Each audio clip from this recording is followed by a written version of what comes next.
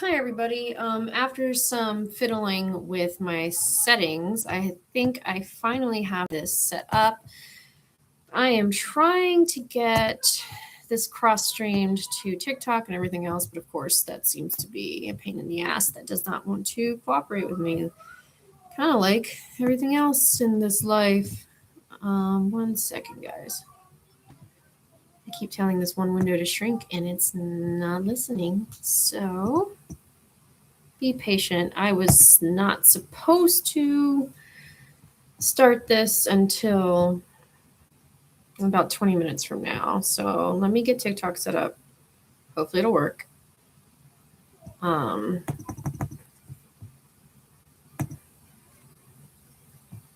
know I'm tech person of the year, right? I'm so great with this stuff.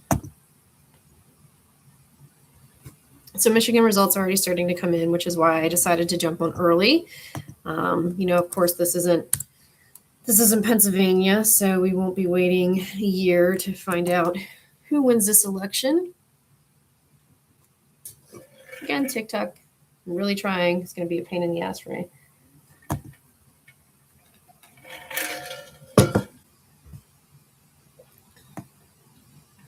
I might have to hope you guys are not. I don't need that art. I just need this part.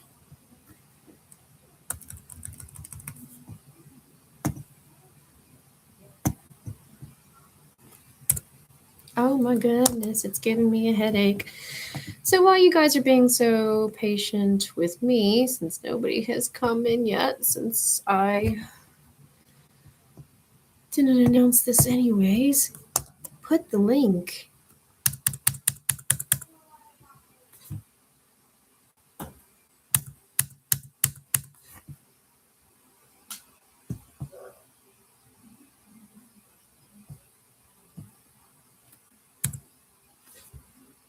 Okay, I'm gonna do something real quick.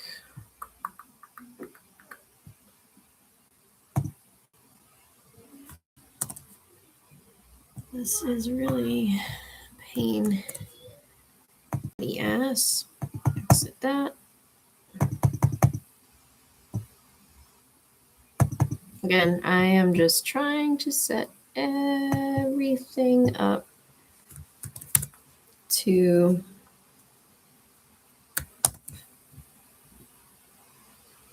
get ready because we were not supposed to start until 9. Fuck my life. Everything here seems to be miserable and shitty. I'm going to use my Beast computer next time because my laptop is being glitchy as fuck. I only have one USB port, so I can't use both the camera and the good mic, which makes it, a big waste of a good mic. Add.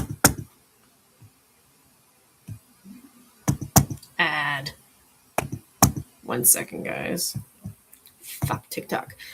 All right. I will try the magic of multi-streaming another day. So, okay. So we have Michigan results coming in tonight, right now, actually. And although it's still at a, measly 3% of votes, Dr. Abdul El Sayed is comfortably in the lead. Oh my God, TikTok wants me to murder it. This is one of the reasons why I hate TikTok. Fucking thing won't close now. There we go. Got it. Haha.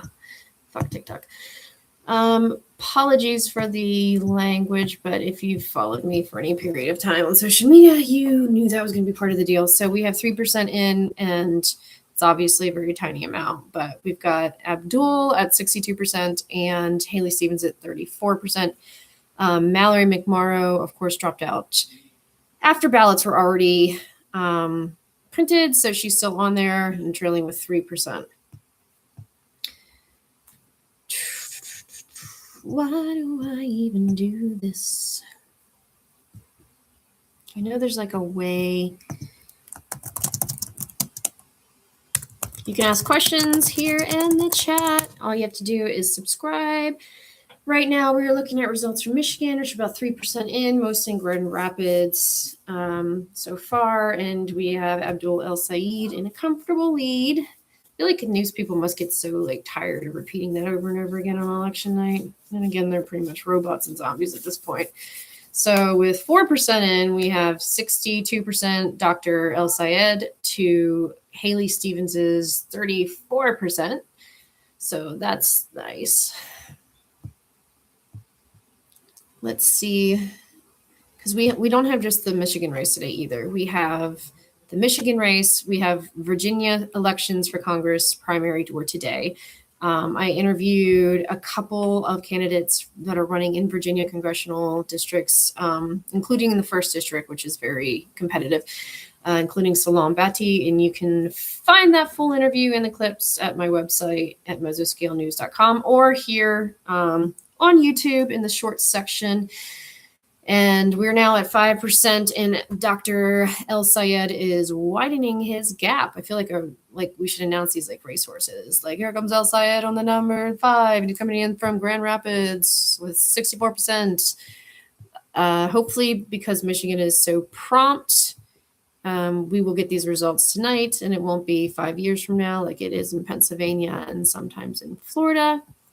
Right now, what we're seeing come in is mostly, oh God, I'm going to butcher these names from Michigan. Washtenaw County is the highest percentage of votes so far in. It's 44% counted, and Abdul El Sayed is holding strong at 68% to Haley's 30%. So it looks like he's going to easily pick up that county. We've got some coming in from Grand Rapids. Nothing yet really from much of the rest of the state. And we're only, again, statewide at 5% of the vote counted right now. So once polls close in another 18 minutes, we'll start to see numbers really come in. But do keep in mind that as long as you're in line by 8 p.m. local time, then you have the right to vote. Michigan also has same-day voter registration. So if for some reason this race became razor thin, they would need time to go ahead and authenticate those ballots and those registrations before they could be counted. Hopefully it won't be that close, and we'll have some sort of finality tonight. But we are now, according to AP, 6% of the way in, and most of those votes, as I said just a few seconds ago, are coming from a county that's probably a college town, seems relatively small, and it's in a county name I humiliatingly butchered, I'm sure. So it's all over now half of Washtenaw County, and Abdul's lead is holding pretty strongly at 69%. So he's going to sweep that county. Remember that you can comment or ask questions. All you have to do is subscribe, which should be free. And then you can comment. It's my way of keeping crazies out or at bay. And I can clearly see now that I only have one viewer, so I guess I'm speaking directly to you. I started this broadcast about 20 minutes early because I started to see Michigan results come in. So I thought I would hang out here. I might have Abdul himself on here from the celebration party in a little bit. But I don't expect Michigan to take all night. I think it's been highly watched, but I don't think it's going to be surprising. I think Dr. El Sayed is going to win handsomely. Oftentimes we find that these divisive primaries are portrayed in the media as being extremely close when they're not. A great example of that would be, Angela also Brooks, who ran against David Trone for the Senate seat here in Maryland. In the leading days before the election, pollsters and pundits were all saying that this was going to be like a neck and neck race. And I believe Angela ended up winning by almost 20 points. So it was never even remotely close. But I'm hoping for that. The wider the win gap, then the less possible shenanigans we have to deal with before the general election, which I think is better for whomever wins. Although, again, I do expect it to be Dr. El Sayed. If you didn't know, I also interviewed him as well. And those are both on the full video is on my website, and clips of it are here on YouTube as well as my website.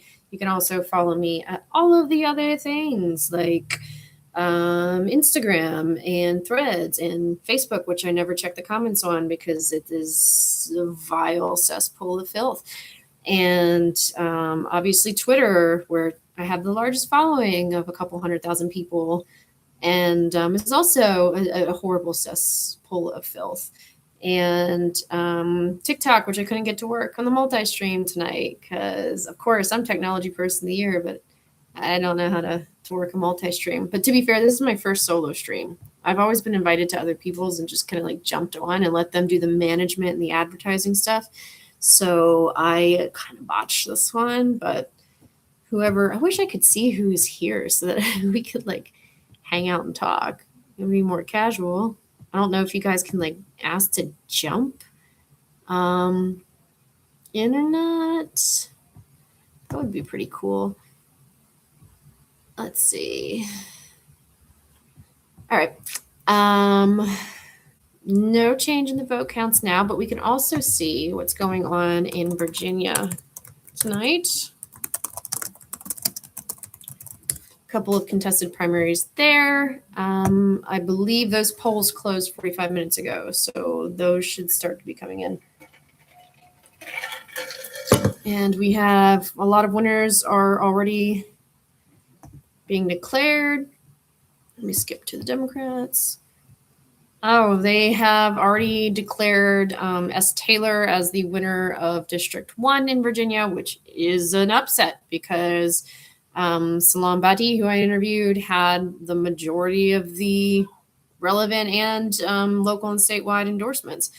And Knapp was a contender who's coming in now with only 10%. But yeah, it's a crowded primary field. Badi looks like he's finishing second to Taylor. They've called the race. It's 88% in, so that is done.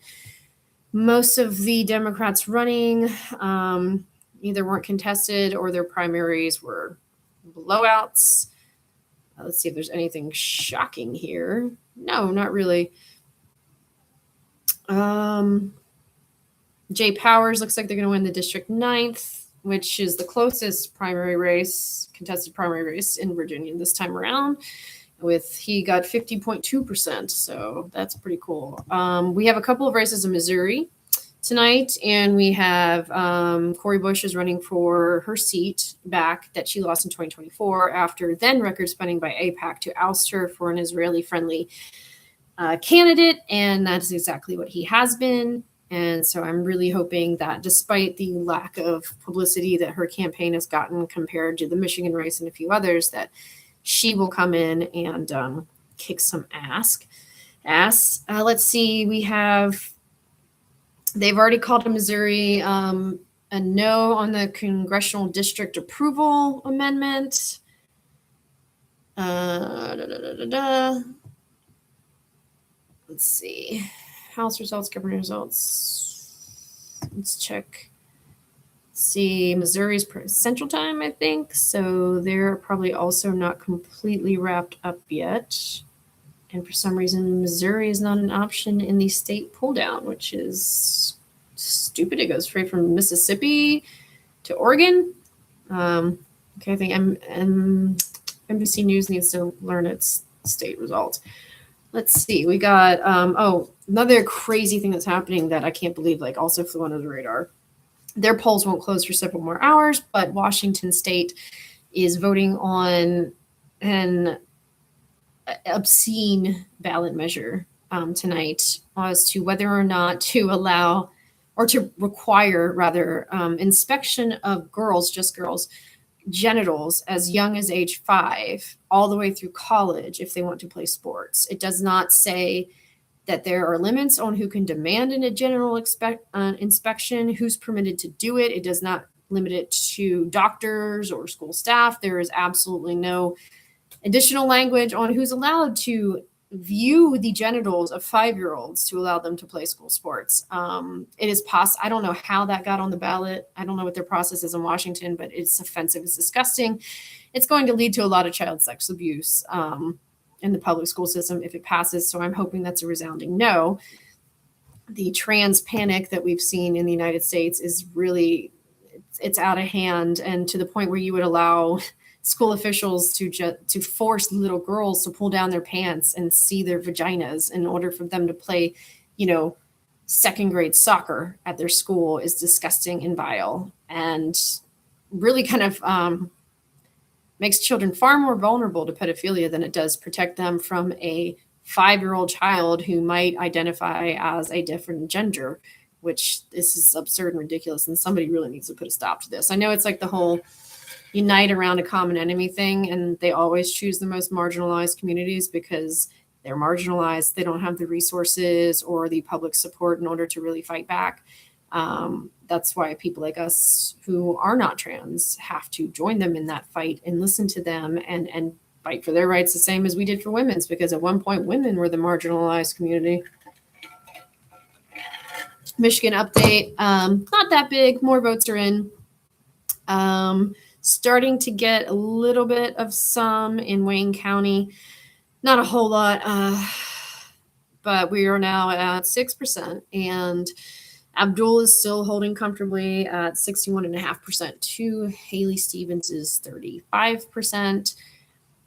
I would not be surprised if it ends up being about that percentage rate at the end of the night. I was actually thinking more like 57% Abdul, but we will see. Abdul's a nice guy. I got a chance to interview him in DC the same day that the Supreme Court was issuing rulings on birthright citizenship, which was a very anxious, intense moment. And we were right outside the Supreme Court when I talked to him and did that interview. I do suggest that you watch it if you haven't yet. We talked about his AI policy, which he had just released that morning. I was one of the first people to get to read it, which goes far beyond a lot of the candidates, just kind of superficial, moratorium on facilities type thing, and looked more at AI governance, which is not something that's really discussed much, I think partly because our Congress is so geriatric that they don't even know what AI governance would entail or what it would look like. So don't wade into that conversation lest they be made fools of themselves like they were during the whole Facebook, Cambridge Analytica mess. We did check on Virginia. The other ones today, the Washington ballot, which I just discussed, Missouri elections, which are still ongoing. There was one more that I totally forgot, which I'm going to pull up right now. Yes, I'm the person we should go to this information. I'm also very tired, okay? I've got kids. I've got 2 kids. It's 9 o'clock. That is like bedtime for me. Like, it's time for go to bed. Let's see. We have Kansas, and that there's ballot amendment measures to decide whether or not we should continue in the state of, I want to make sure I got this right, Kansas, as to whether or not judicial appointments will continue to be made out of a 3-candidate lineup that is given to the governor to choose from, based on a committee that is both like expertise in legal and also slightly political bias, and whether or not it will go towards direct election of Supreme Court justices in the state of Kansas, which obviously could have a lot of long-term implications for civil rights in the state. Kansas was one of the courts that I guess bucked the Republican power. And now the largest groups and organizations backing the direct vote for Supreme Court are the conservative ones, Americans for Prosperity, the March for Life, or whatever those weird people call themselves. And so their promotion of that is kind of makes me wary of why they're supporting it. Let's see. I just looked. Washington polls will not close for another 2 hours, so we're not going to see that yet. But I'm hoping that Washington is very, very liberal enough to never approve genital inspection of little girls to play kickball in school, because that's disgusting and vile. Speaking of disgusting and vile, while we're waiting for more Michigan results to come in, Max Miller is now on the hot seat yet again. If you did not know, I have been on a personal mission to take this motherfucker down ever since he fabricated being the victim of an anti-Semitic attack in a road rage incident in which he was the aggressor. And he was the one driving fast and chasing somebody down and screaming at them about the car. I got the 911 call. I spoke to the attorney of the man that he accused. And he made up the whole thing. Thank God for Tesla cameras, I guess. But that was last year.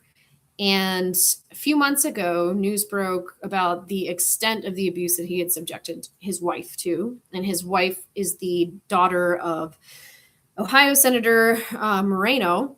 And weird enough, Miller and Moreno look like they're the same age, but whatever. And who had been silent on all of this abuse for all these years. And it seems like he waited until the wind was blowing in the direction against Miller before he finally took a stand, but he has, and it's been very aggressive. The newest revelations were that Max Miller admitted to throwing boiling water on his wife, but then in a secret recording that he took of her, in which he said he had never recorded her during the secret recording, admitted to it, but said it wasn't that hot and he wasn't trying to hurt her, but he did warn her not to go over there and mess with him. He did a 20-minute, absolutely disturbing, think Jerry Sandusky on Bob Costas level interview live, and it pretty much affirmed that he's absolutely an abuser and a piece of shit. And this is all happening after reports came out that he not only did the boiling water thing, but he also put a gun to her head and threatened her, repeatedly beat her, and hurt their child so badly that their little baby 2-year-old girl, that she had to be taken to the hospital and she had a broken collarbone. And CPS suspects that it was Miller who did that. And he's exhibited a lot of cruel behavior that is all of a sudden coming out. And let's not, I know I hate to give this guy credit, but, George Santos called this guy out on the House floor as an abuser years ago, and was summarily shut down because, George, he was if that's even his real name, a fraud. But on that and apparently many other points, he was absolutely correct.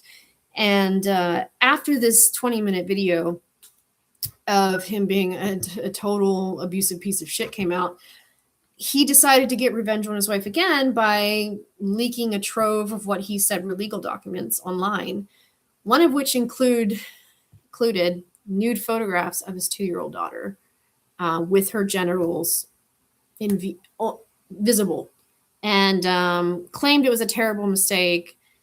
And it just is one thing after the other, making some serious fucking mistakes. He's a disgusting son of a bitch. And I'm really hoping this is his time to go because, like I said, I've had it out for him for a while. And, we got rid of Eric Swalwell within, 48 hours after finding out about him. Even though lots of Democrats knew the whole time and never said anything, it's the same situation. But here he is months after these reports first surfaced. And he's still there and says he's not dropping out. So, I mean, it did take the end of a multi-year investigation in Matt Gaetz to get him out. So maybe they'll do nothing. Maybe they'll, because the senator is so angry about it, do something. I don't know. We're still at 6% in Michigan, y'all. So this might be a little while. Like I said, polls close in about 2 minutes over there. And then we should start to see a really rapid processing, even though there are people who are still online who can vote. We're at 6% right now, with Abdul holding steady 60% to Haley Stevens' 36%. The only county with a majority of votes in right now is Washtenaw County. And of course, you can feel free to put in the chat if I'm saying that completely wrong, and let me know how to do it. And there, that is the only county with the majority of the vote in so far. And Dr. El Sayed has 68% to Haley Stevens' 30%. I don't know what is in Washtenaw County. I don't really know much about Michigan in general, but let's look it up. Maybe it's a college town.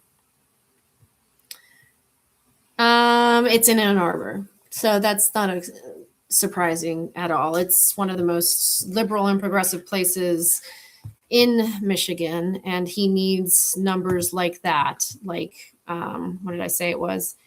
68 to 30 in order to be able to meet her at some of the places where she might do better. Although I think the competition in Detroit is going to be a lot closer than people are anticipating, mostly because Dr. El Sayed left his position, his very cushy position as a professor of epidemiology, at Columbia University to rebuild and lead the Detroit public health system, in which he went way beyond just your normal kind of public health surveillance. He wiped the debt of almost the entire city's working poor population, improved vaccination distribution, all kinds of other things. And this was in the lead up to COVID too, when things were being cut left and right in public health. I know because, again, I was working at the Florida Department of Health since 2018, which is the same time Dr. El Sayed went to go rebuild the public health department in Detroit. I don't know why everybody's assuming that Stevens is going to carry Detroit when El Sayed's probably home base in Michigan is Detroit, and he's done the most for Detroit than he has any other area of the state because that's where he lived and worked and is known for. But if Stevens doesn't have a good showing in Detroit, she's done. Like done, which I would not be sad about. I'm not CNN. I'm not going to pretend that I don't have a bias towards one candidate or the other. I don't have to. That's one of the benefits of being independent, is I will straight up tell you what my biases are. I think the ticker is now at $60 million. AIPAC has spent on Haley Stevens' campaign, which is an ungodly amount of money, to support a foreign country that is disastrous to our Middle East agenda and is currently engaged in a genocide of mostly children, which seems like words that should not have to be all strung together in an American election, but yet here we are.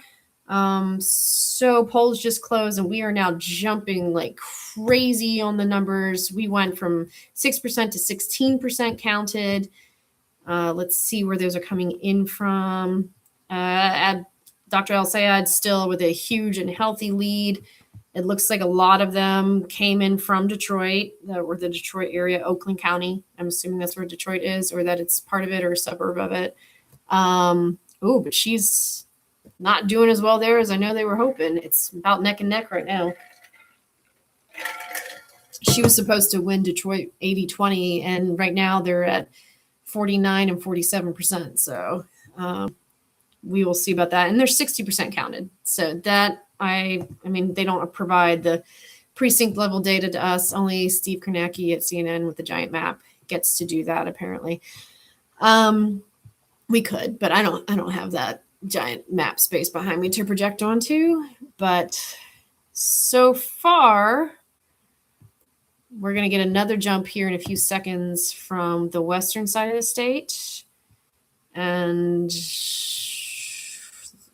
there it is. We're now jumped up to 18%. Abdul widens his lead a little bit. That's coming in from Kent County, which I think is where Grand Rapids is in Michigan. So there he's holding a steady lead of 55 to 40% over Stevens. Detroit hasn't moved much, but overall in the state, he's holding 53% to her 44%. And Detroit, which was supposed to be her stronghold, is already mostly in. So we will see what happens across the rest of the state. Some of those big college towns haven't come in yet for Dr. El Sayed, so we'll see what they do there. I will be somewhat surprised if Stevens ends up carrying Detroit, again, for all the reasons I just explained about his background there with the Department of Health. Mike Rogers, of course, ran uncontested because why would we bother challenging that son of a bitch? Also, graphic language warning, because I think a lot of you guys followed me back in the day because I was very no nonsense. And obviously when I'm on CNN primetime TV or MSNBC or whatever, I'm very conscious of how I'm speaking and the words that I'm choosing to use. Most of the time, once they called your hit time, you had 3 minutes. If you were lucky, 5. You had to essentially reiterate 1 to 2 points, repeat them multiple times so that people absorb them in a very plain spoken language that everybody who's, not a doctor can understand, because that was the entire point of what I was doing during COVID, was making sure that anybody could understand what was happening in an accessible way. Like my mom didn't even graduate high school. If she couldn't understand what I was trying to explain with what was happening in public health, then I was failing my job.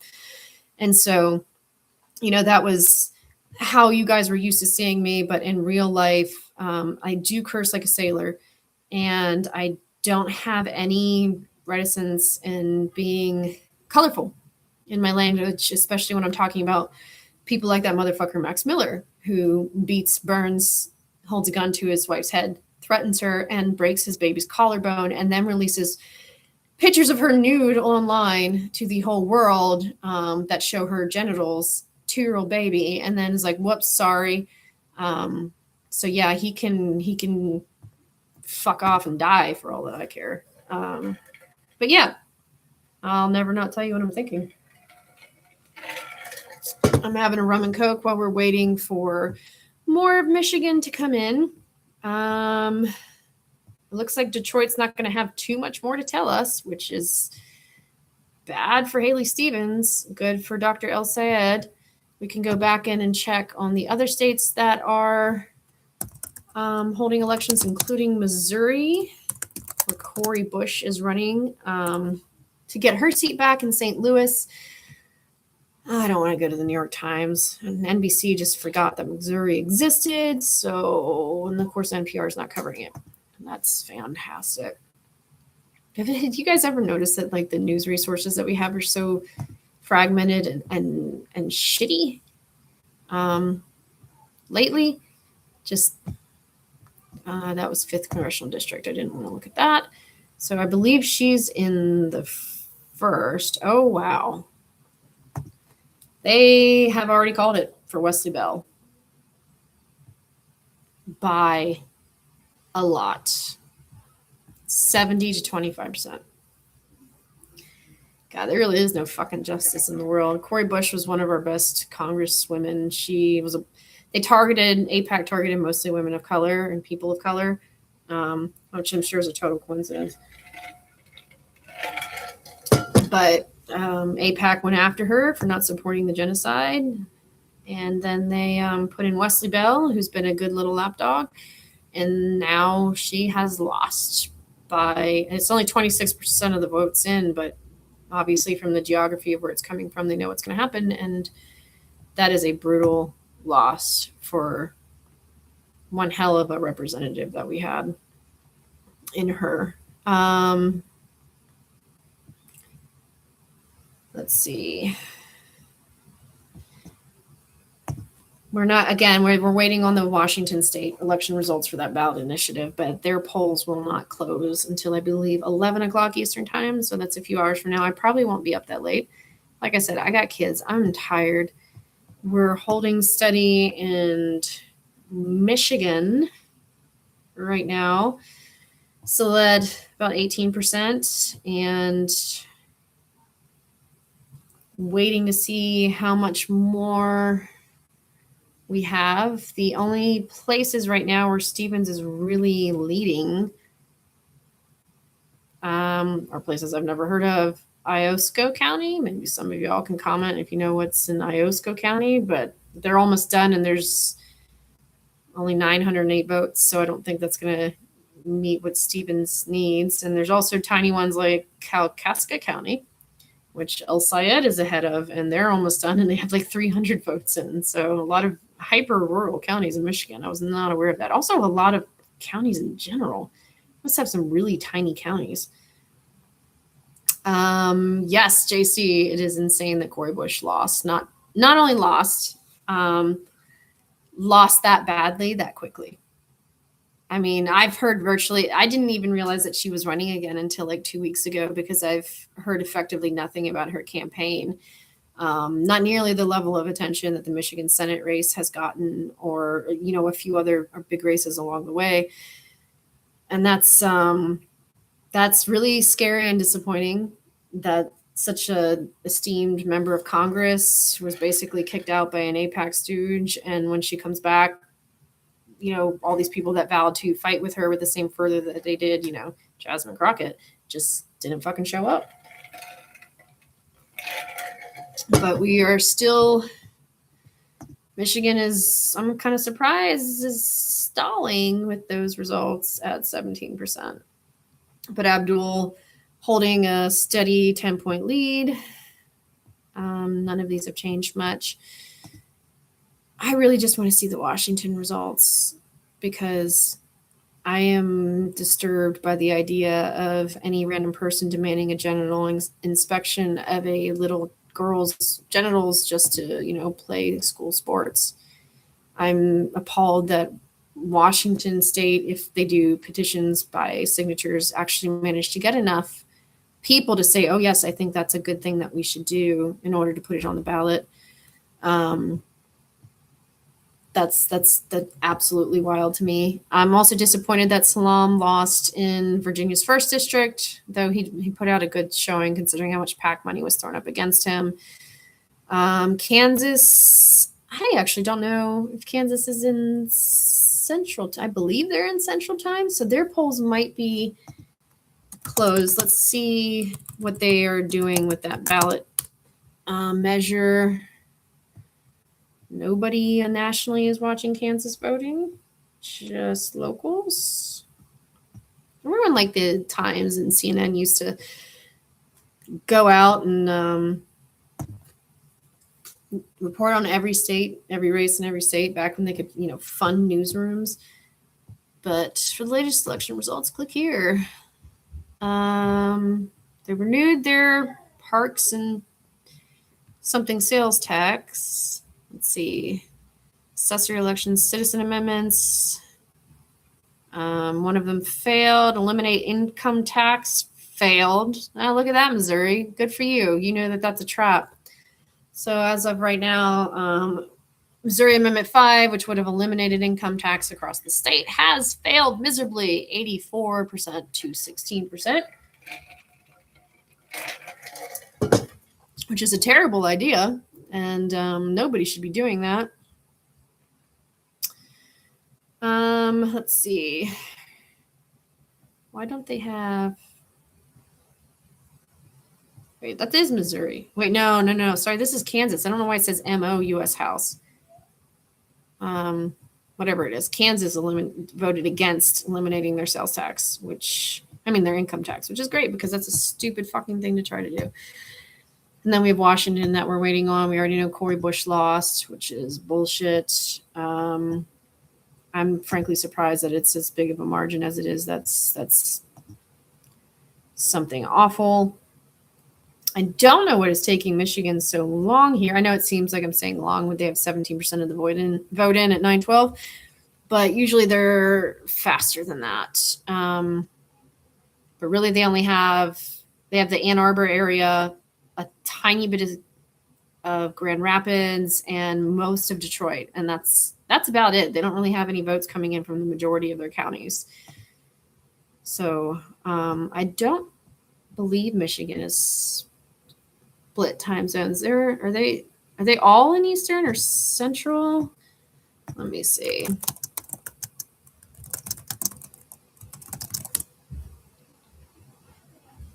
Wait, Lansing, Michigan is Eastern Daylight Time, but Menominee is in Central, so I guess they are split. Yeah, part of them is split in the Central Time. Okay, so I don't know why we aren't getting any results from the East Coast then, or the side of. I'm gonna get tired. See, this is why I was not built to be like a streamer. I cannot just sit here and listen to the sound of my voice for some of these people do like 5 or 6 hours while they're playing video games. I get annoyed with the sound of my voice. I need other people to do this with me. I need conversation. I need to talk to people back and forth. Like just me sitting here, I don't think I'm enough of a narcissist to just sit here and tell you all my beautiful thoughts. On and on and on while I refresh the page waiting for 16% go to 18% like it just did. And El Sayed's numbers went slightly up at 18%. And that seems to be coming from Ann Arbor increasing their voter turnout. And he's still holding pretty steady there. So I don't think we're going to get Michigan anytime soon. And when I said I would stay up all night and doing this, I had not been through a very stressful day with 2 children. So I probably won't be. I probably look about as tired as I feel. And I got really mad at my multi-stream application widget that I was trying to set up to cross share this. It didn't work. It's interesting here that they say is that AP News says that Israel and Gaza have been a focal point in the race. I wouldn't actually even say that that's true. I would say that APEC funding has been a major issue in this race, but I don't think it's actually Mallory McMorrow, JC, is actually, she was a decent candidate. Like if the centrists and the liberals were smart, they would have backed her because she had some progressive following. Like that, I started following her years ago because I thought she was very smart. She didn't bullshit people. She would have been a much more reasonable alternative to Abdul El Sayed for people who weren't quite on board with him, but maybe leaned a little bit more progressive. But now they locked her out and pretty early. And when she dropped out, it appears that it was split between Dr. El Sayed and Haley Stevens where they went, but they seem to have gone disproportionately to Stevens. Her staying in the race would have essentially guaranteed a win for Dr. El Sayed, which I still think he's going to win, but it would have been by a lot more. Oh God, my back hurts too. I feel like if I start doing live streaming regular, I'm going to be like just talking about drinking and my back hurting and how much I fucking hate Max Miller right now. But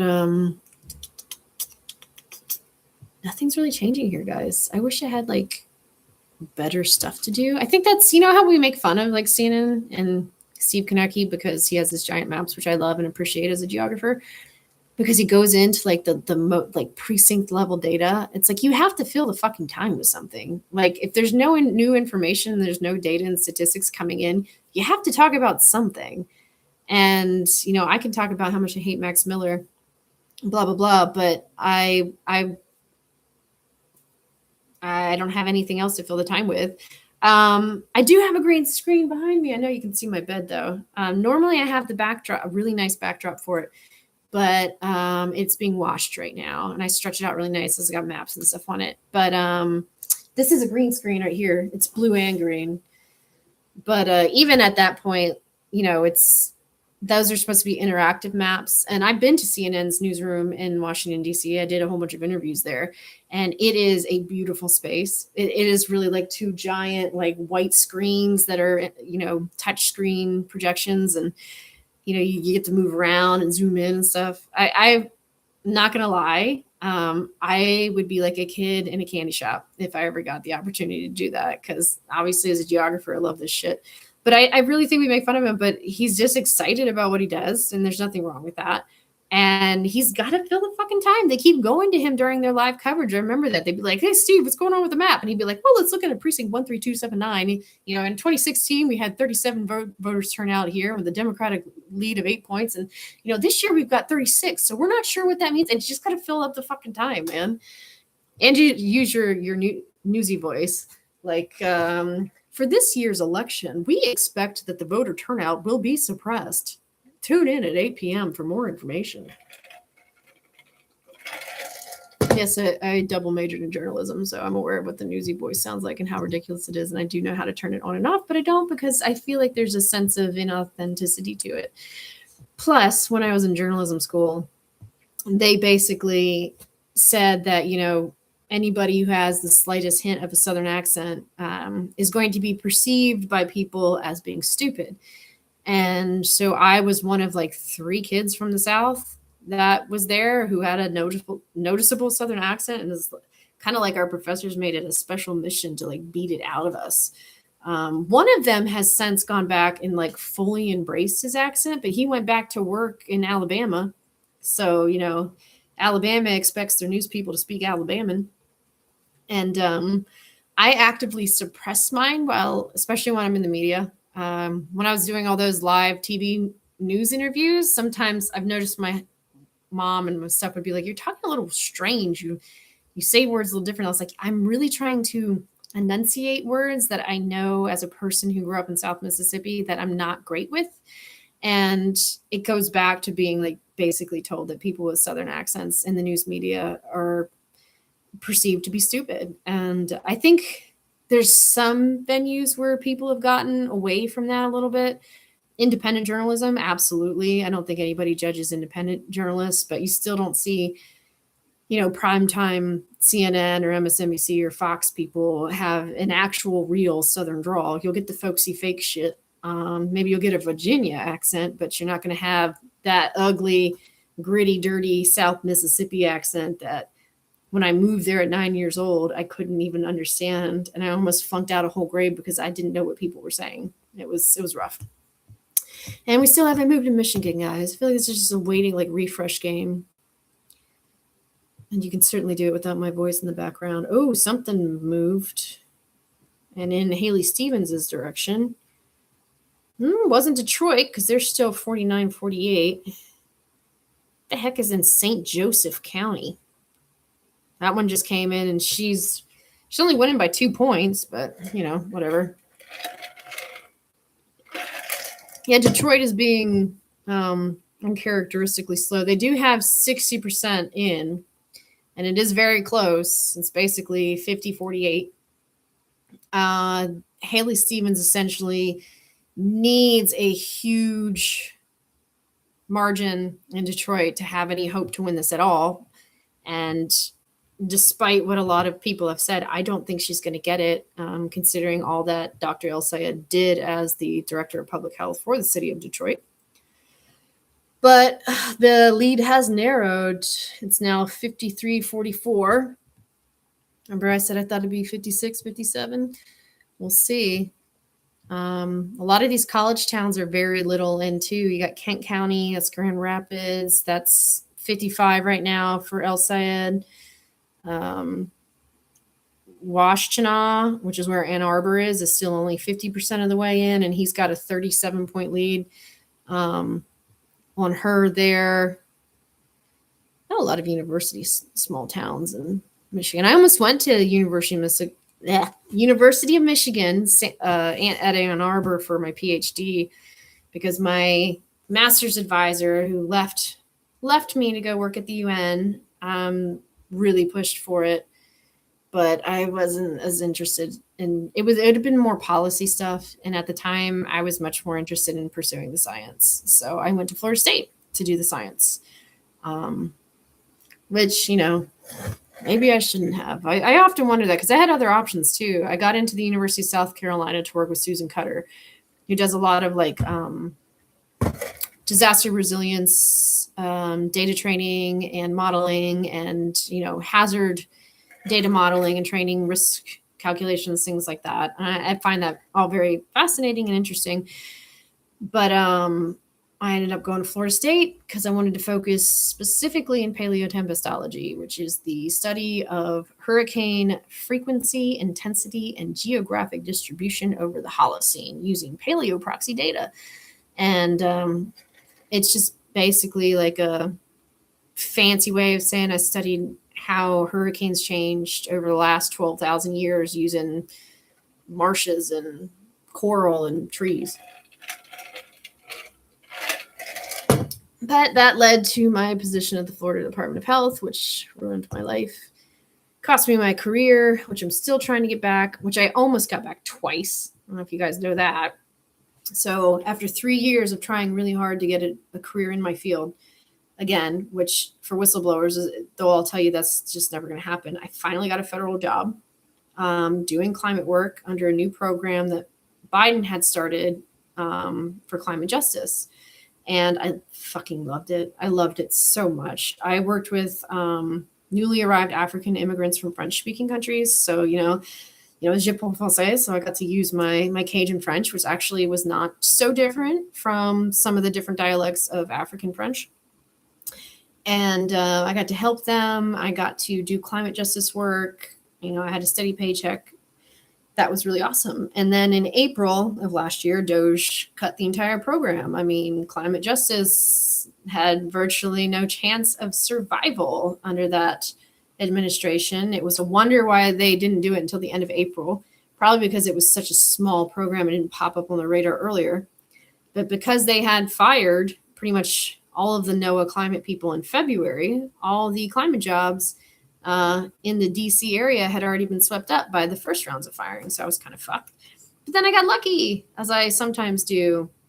And when I posted about them cutting my program, someone who runs a UN-backed NGO saw it and was a fan of mine, which means that going into it, she already knew who I was and the baggage that I had, which was great, and invited me to work with her NGO, which deals with climate change in the oceanic and coral arena. And so they flew me out to France. I got to go to the United Nations Ocean Conference. I got to meet, Emmanuel Macron. I got to meet the leaders of like 8 different countries. I hung out with Princess Eugenie for like a whole week planning this big art show. It was, what, tell you what, from a girl from South Mississippi, that shit was unreal. Bernard Fowler did like this personal like performance and like dedicated like a whole song to me after meeting me for like 3 hours. He's one of the guys from the Rolling Stones. So it was a surreal experience for sure. And I loved it. I loved doing that. And Princess Eugenie was our primary benefactor. And so early this year, when Prince Andrew was excommunicated from the royal family, whatever the official word for kicking his ass out happened, it essentially pulled his entire family line out. And that includes his daughter, Princess Eugenie, who was the head of their benefactor something charitable giving project. And so we lost a lot of funding. Yay, lucky me. Oh, God, that's 6 sadistic men that I've lost jobs for that had nothing to do with me. First DeSantis, and then Trump cutting the program, and then fucking Prince Andrew, and now I'm again looking and keeping my fingers crossed on a very close friend of mine winning Congress so I can have a job as his science and transparency advisor. Wow, the needle moved 0.1% up for Abdul El Sayed. That was it. We cannot do this all night, guys. I really appreciate you being here and hanging here with me, but I'm not built for this shit. I can't do solo. I decided to do this at the last minute. And I need human interaction. I need conversation, and kind of that back and forth. I'm going to be doing some stuff with John Kiraku, who's a friend of mine, he's a whistleblower, soon. So him and I get along great. So I feel like that's going to be, we can be both we ourselves and be funny. Did not realize he had become so famous in the last few years. Normally, when I'm in a friendship situation in which someone's finding out that their friend is famous, I'm the famous friend. John and I met 4 or 5 years ago when he was just starting out, trying to, get out of, get into podcasts or get into like a media career. He wasn't quite sure what to do with it. And then, I was talking to the organizers for National Whistleblower Day here in DC, and I was like, oh, I can't wait to see John again. I wonder how he's doing with his old podcast thing. And I just got this look like, you don't know? And I was like, no, I don't know what. It's like, did it not go well? And they're like, he's the most famous person on the planet with men between the ages of 15 and 30. I was like, no, he's not. I was like, no, he's not. There's no way. And so we looked it up, and it was true. And I was like, oh my God. I was like, how did he get that big and I not know about it? Like, this is so bizarre for me, because I had no idea. So I'm just all these years been treating him like regular old John, not knowing that, maybe he appreciated that. I always did. When people act me like didn't treat me like it mattered. We jumped up to 20%. Not much has changed. We're at 52-44.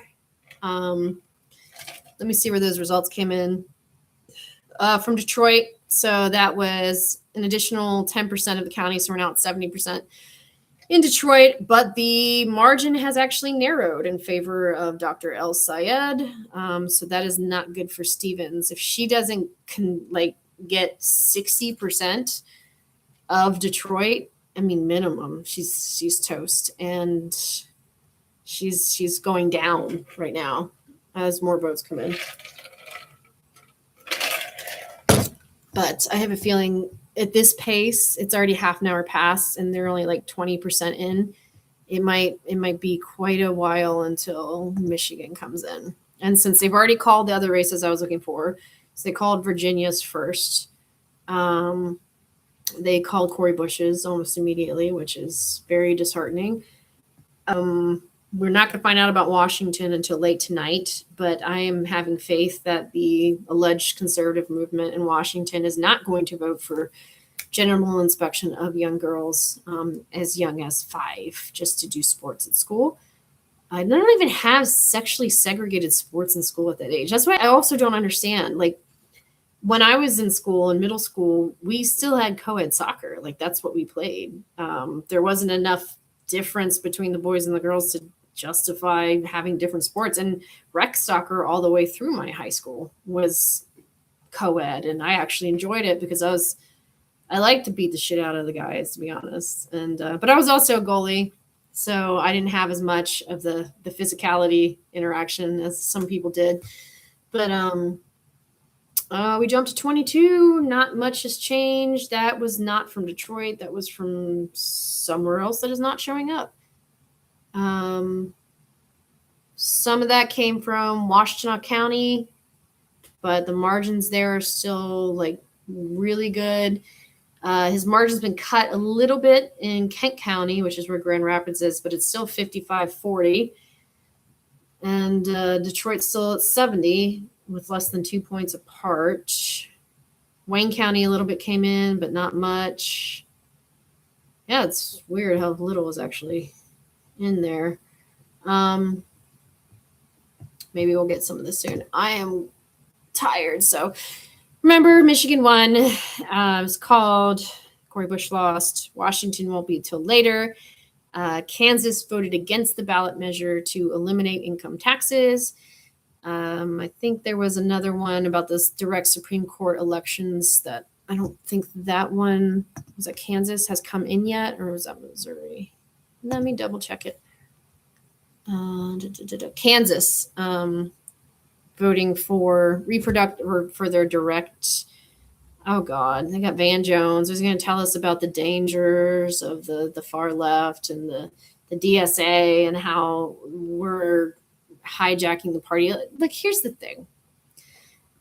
The far left has always been the backbone of the Democratic Party. They have always been the party that has pushed its members to abandon comfortability for the sake of progress. Like, FDR was, even by today's standards, would be considered a radical liberal or far left or leftist or whatever you want to call it, because he looked at a system that was wholly corrupt and inadequate, that was terrible for labor rights, human rights. And he and Fannie Perkins, who really deserves most of that as the architect of the New Deal, and the first female cabinet member in U.S. history as the head of the Department of Labor, wrote, that those things today would be considered radical. And yet here we are, and those are the very foundation of what defines, the American, really more than anything, economy and workforce. So it's really ridiculous. Even just going back to like a FDR style Democrat would be incredible progress. And most people see him, aside from some of the, other horrible things that he did, which he absolutely did, especially when it comes to, Japanese internment camps and other racist and homophobic things. But for economics, his policies led to the greatest economic boom in American history. So I don't know why we're not doing that, but we aren't. Wow, Detroit's total vote share went down. It was 70%, now it's 67%, which is weird. All right, guys. Well, I still think Saeed's going to win, and I'm tired. So I'm going to go to bed. Good luck to all of you. Thank you for joining. I'm sorry I did not properly advertise this and that I could not get the stupid widget to work to multi-stream because that was my original plan. But it's partly because my laptop is shitty and is nothing compared to my beast of a desktop, which I'll be using for next time. So everything can be like in your face on all platforms all at once and integrated and all that fun stuff. So, you guys can follow me here. You can do it somewhere else. I always say I'm different levels of spicy, depending on which platform that you're on. Blue Sky, I'm definitely my most academic and professional. I don't really post on LinkedIn. I don't know what people use LinkedIn for anymore. Threads, I'm my most combative combative. And Twitter, I'm definitely my most spicy. We'll go with spicy, and brutal a little bit. Instagram, I'm pretty mild on Instagram and TikTok because I don't really do a lot of videos where I'm in a mood or feel like cursing people out. And so I don't really do that as much. But all of those things are great places to find me on. I am going to start doing streams. Apparently, I have actually kept with this for over an hour, which was my goal, without falling asleep or getting bored or getting tired. Although, again, hearing the sound of my own voice for this long is a bit grating. So next time I will bring friends. I'll plan ahead, and we'll have a lot of fun. And you know that on election night, we're gonna get lit, and we're gonna have a good time. So thank you all, and I will see you again.